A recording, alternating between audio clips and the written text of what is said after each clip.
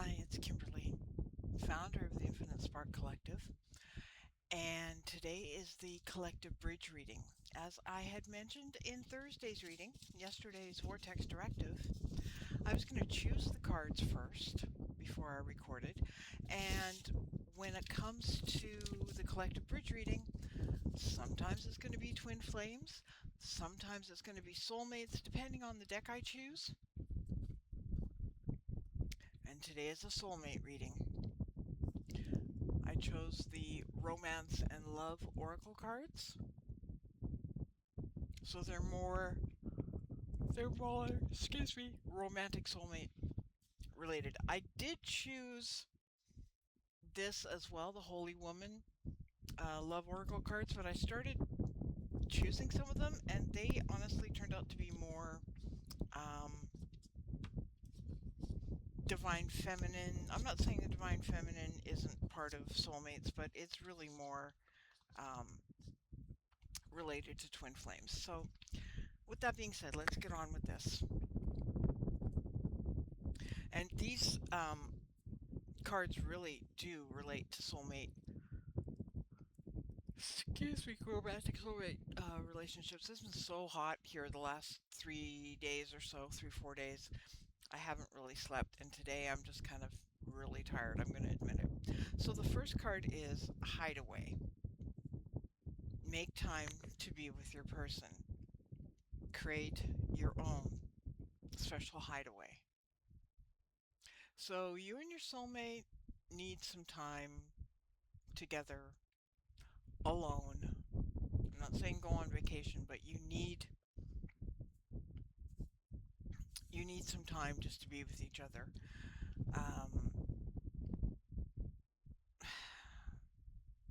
Because you guys have both been so busy in your lives, your separate lives, that you just haven't made the time.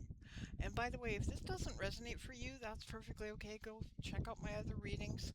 If this does, keep staying tuned. If I've said something that resonates, please stay tuned. So yeah, you need to go create some time together. Maybe just, you know, depending on the weather where you are, maybe just go spend some time, go make a picnic, lunch or dinner, um, and go spend some time in the park or at the beach, and just spend some time just connecting again. And here is why I said you need to get some time away, because I can feel you guys, your soulmates out there in the collective, in relationships.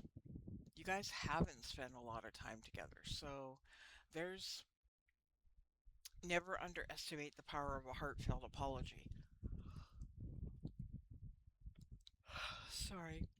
So, not saying somebody has to apologize, but I think it's time you guys had a heartfelt talk about the lack of time you spent with each other for whatever reason. Okay? Um, or you may need, I'm hearing my guides are saying, you may need to be apologizing to family as a couple for not spending time with your loved ones.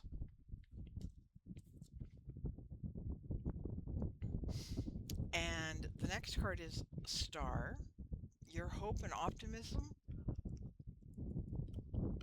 are a powerful love magnet for you right now.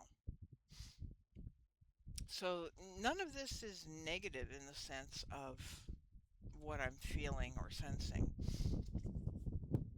There's a lot of magnetism and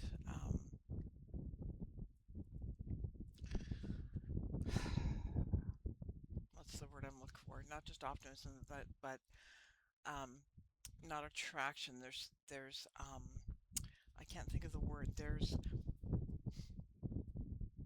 interest. There is connection, I guess is the only word I can say, because these these things, energy is so hard to put into words. So that's what this card is saying, is just remain hopeful and optimistic, because it's really keeping you two together, but you need to take some time to be with each other and honestly have a heartfelt talk. Not necessarily apologetic, but it's time for a heartfelt discussion. Now for the coaching. And it's not really related to the reading, but I'd honestly like to know and hear in the comments,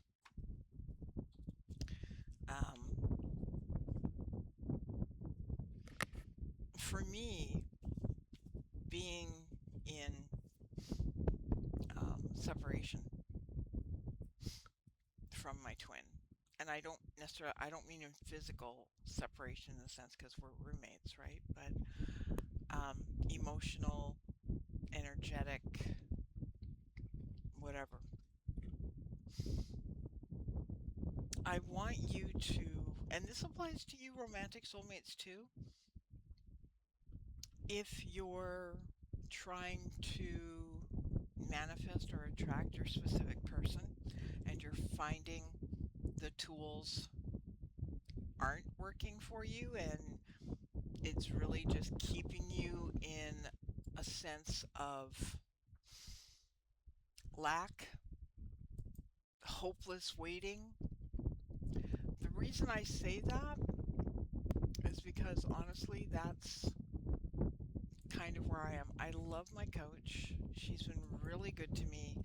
Just I have to approach things with her now quite differently, because a lot of the tools and stuff she's giving me are really just keeping me in the areas that I don't want to focus on, right? And I have found a teacher by the name of Brian Ridgway. That's Ridgway. He's called the Spellbreaker. And Brian talks about breaking the self-help addiction. He's not knocking self-help.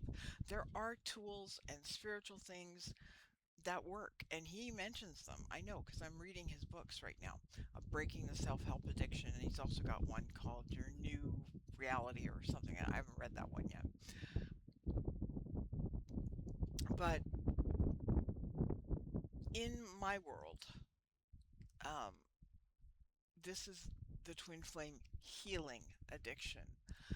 It's the trap of believing you have to do one more meditation, clear one more ancestral block, or pull one more tarot card before you're allowed to be in union or have peace.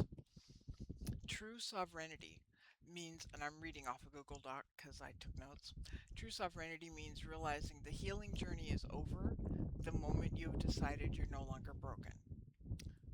Brian teaches this. There's other teachers that I follow that teach this, but the reason that I've sort of gone away from those other teachers is they do it in a way of manifestation and constant creation and self-actualization and realization, just to get to that point, to release all that stuff. And Brian does it to create your own total personal freedom in a way that's different from the other teachers I follow.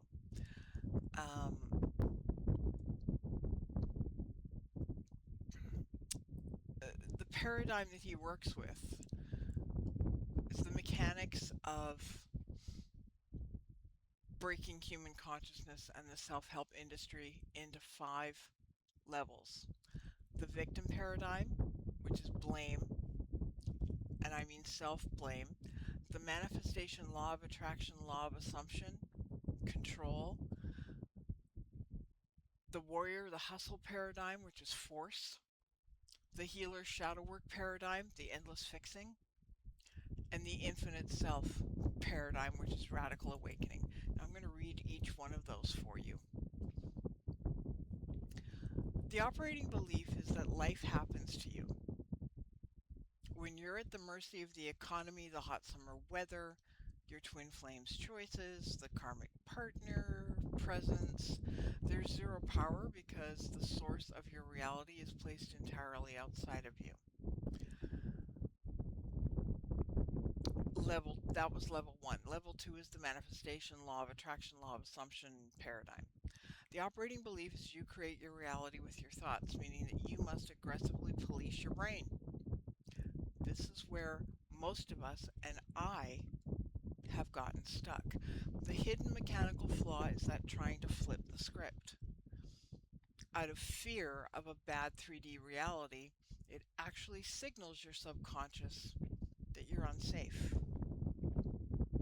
And this locks you into hypervigilance of your nervous system.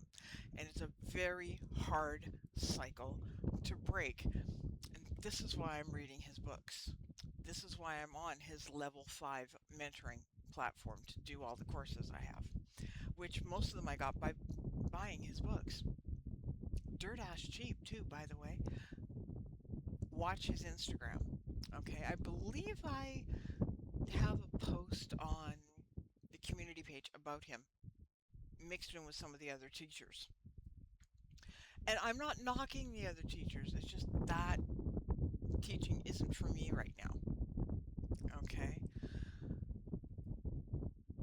My nervous system is so locked into hypervigilance, I can't not look at my reality and start thinking, what if this? What if that? What if this? What if that? I can't block it out. I have tried. And all it does is just create the loop of lack. I don't have it yet. How do I get this out of my head? I can't. It's not saying I can't do this. It's just like my brain is going, no. Right? And I have to learn to accept that that's my reality and it's okay. I'm not being harmed here. It's just my reality and I'm going to deal with it however I'm meant to. And that's where I'm going to get into Brian's teachings. Then there's level 3, the warrior hustle paradigm. The operating belief is that your action, your strategy, and pushing through pain create success. This is where, for me, my mind tries to go to the self-employment modules when I'm physically aching because my body is hurting from the heat today. And it treats business like a battleground, leading to immediate physical burnout. We don't want that.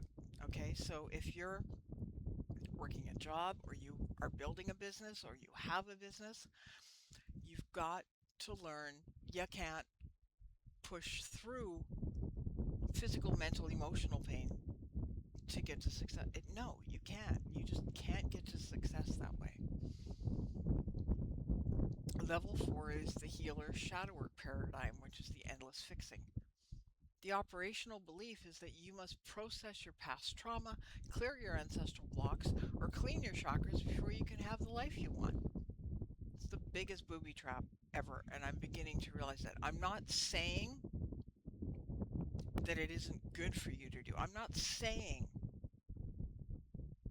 don't do that. There is a different way to do it. Mechanically, focusing on a block to clear it simply commands your subconscious mind to manufacture more blocks, keeping your healer identity alive. And from what I understand, Brian teaches that you're already whole. You're already healed. You just have to clear out the things that are stuck so that you've got to break the spell, if you will. And then there's the infinite self paradigm. The operational truth is that your true nature is already perfect, whole, infinite, and abundant right now. It completely bypasses levels 1, 2, 3, and 4. And it states that you don't need to manipulate the 3D world, work harder, or heal a wound because the human entity trying to fix itself is just completely an illusion, a subconscious self-image. Right? It's working with the subconscious self-image in a way that you're not fixing it.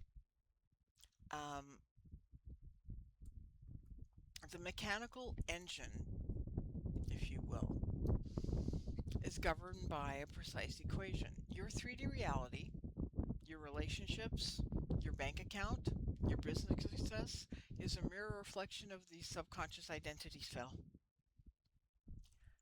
If your identity is the person waiting for her twin, or the struggling author pushing through a course to build my business, the universe must provide a reality that matches that. So essentially, yes, we're talking what Neville Goddard teaches, right?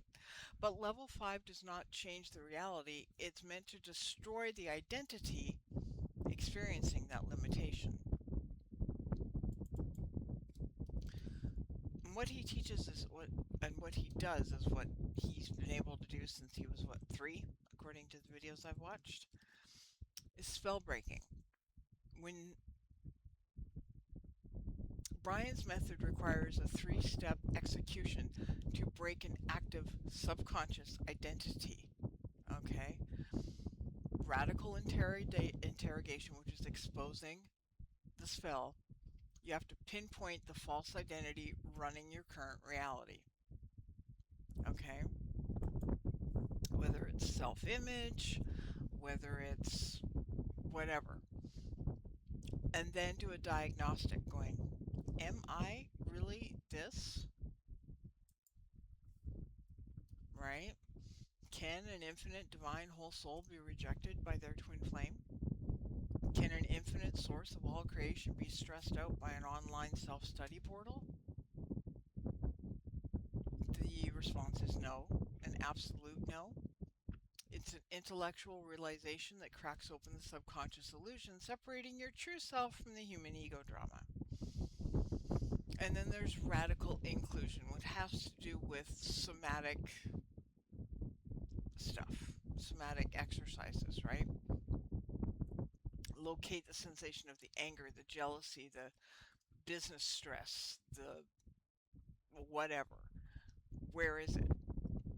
Is it a tightening in your throat chakra? Is it in your solar plexus chakra? Is it something with your root chakra?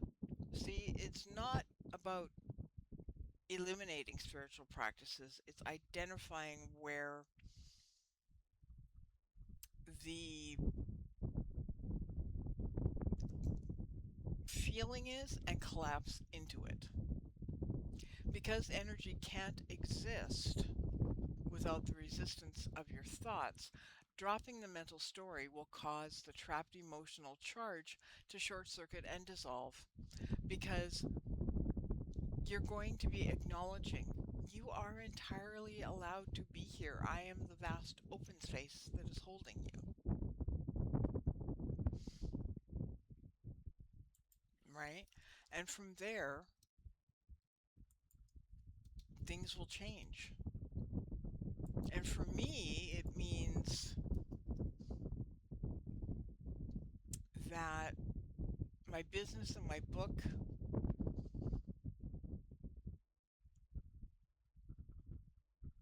and everything, I don't write to get validated. I write because my infinite nature overflows with stories. Okay? My finances. It's about getting out of survival mode, right? Abundance shifts. My body, my nervous system changes because I'll be dropping the internal thoughts. So I hope you're resonating with this and you're gonna take the initiative to look into Brian's stuff. I'm not saying negate your spiritual practices, it's just learning to handle them differently. And as far as my witchcraft, because I am an energy witch, right? That's what I call myself, the level 5 intentional energy witch, because I believe that energy and intention, not words, not messing with candles, not that, it's intention and energy drawing from my own auric field. and transposing it into the energy of the universe is what my magic is. Through the use of other tools, yes, crystals, essential oils, but for me it's really about words stated as intention, not the words itself. And I learned that from Brian today. It's not words, it's the intention behind the words, the intention of the words. Okay. Um,